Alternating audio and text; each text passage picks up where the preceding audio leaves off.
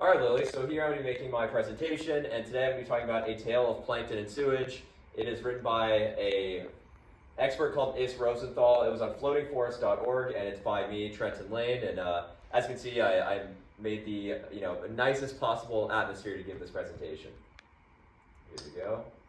So yeah, some background information on what I'm going to be talking about today. So the topic of the article was plankton and sewage. More specifically, it is about how plankton and sewage affect kelp forests.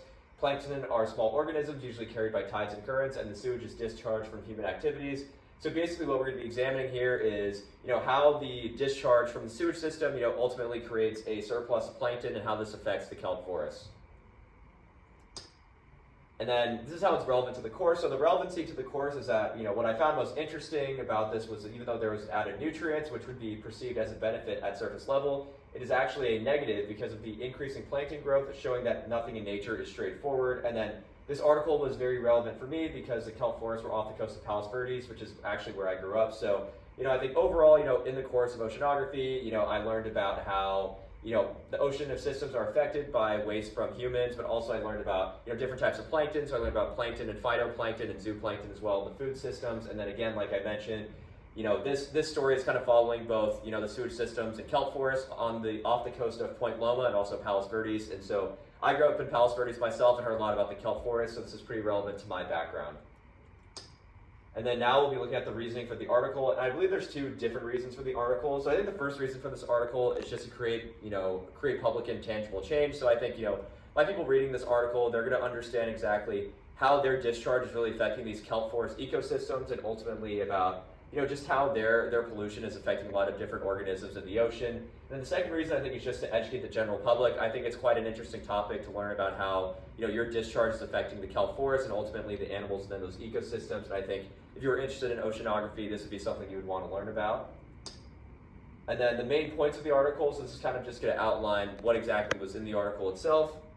And so the first point of the article was just that this discharge, like you would expect, has a lot of negative impacts on the ocean, but it's not necessarily the way you would think. The reason it's negative is because with these discharge, you're actually increasing the amount of nutrients into the ocean, which you would think is a positive in some cases, but in this case, adding these nutrients into the ocean is actually a negative because when you have these nutrients, a lot of different plankton are going to come and come into this ocean system because they want to create because there's these added nutrients.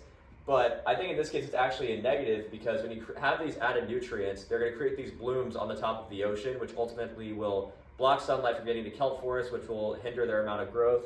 But then also because of these increased amount of plankton and covering the ocean, when they actually die, it's going to deoxygenate the water, which will make it more likely for other organisms to die because of less oxygen.